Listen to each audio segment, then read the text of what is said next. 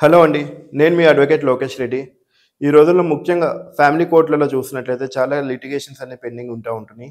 Family కేసెస్‌లో ముఖ్యంగా divorce cases వచ్చేటప్పటికి మీరు డైవర్స్ ఫైల్ చేసే ప్రతి ఒక్కళ్ళు డైవర్స్ ఫైల్ చేయబోయే ప్రతి ఒక్కళ్ళు ఫైల్ చేసిన ప్రతి ఒక్కళ్ళు ఫ్యామిలీ కోర్ట్‌లో జడ్జెస్‌గా ప్రాక్టీస్ చేస్తున్న ప్రతి జడ్జి కూడా చూడవలసిన సెక్షన్ అండి ఇది.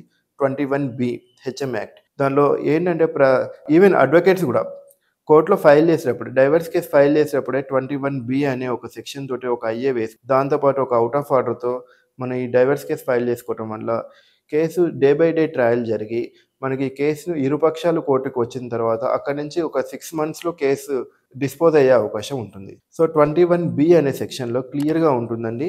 మన ఈ ప్రొసీడింగ్స్ వాయిదాలనేది డే బై డే మనకి వాయిదా వేస్తూ ఉండాలి.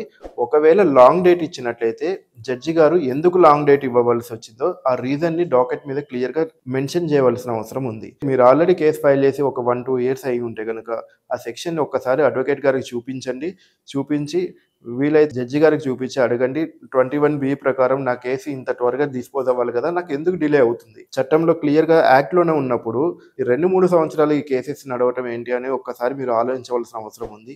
అంతేకాకుండా సింపుల్‌గా మీరు హైకోర్ట్‌లో ఒక సీఆర్‌పీ పిటిషన్ వేసుకొని వితిన్ 6 మంత్స్ ఈ డైవర్స్ కేస్‌ని డిస్పోజ్ చేయండి అనేసి మనం ప్రేయర్ అడిగే అవకాశం కూడా ఉంటుంది. ఇలాంటి రిలీఫ్స్ తీసుకున్నట్లయితే మీరు లోయర్ కోర్ట్ జడ్జికి అది బైండ్ అయి ఉంటది కాబట్టి ఖచ్చితంగా వితిన్ 6 మంత్స్‌లో ఈ కేసు డిస్పోజ్ అయ్యే అవకాశం ఉంది. ముఖ్యంగా జడ్జెస్‌కి నేను చెప్పేది ఏంటి అంటే చట్టం మీద గౌరవం ఉన్నప్పుడు, చట్టాలు ఫాలో అయ్యేటప్పుడు ఖచ్చితంగా ఈ 21(b)లో ఇలా ఉన్నప్పుడు లిటిగెంట్స్‌కి అడిగే అవకాశం ఇవ్వకుండా ఒకవేళ లాంగ్ డేట్ ఇవ్వవలసి వస్తే యాస్ పర్ యాక్ట్ ప్రకారం, చట్టం ప్రకారం ఎందుకు లాంగ్ డేట్ ఇస్తున్నారో దాన్ని మెన్షన్ చేయవలసిన అవసరం, ఆ బాధ్యత మీ మీద ఉంది కాబట్టి ఖచ్చితంగా మెన్షన్ చేసి మీరు సరైన విధంగా ప్రాసెస్ చేయటం మంచిదని అది నా ఒపీనియన్.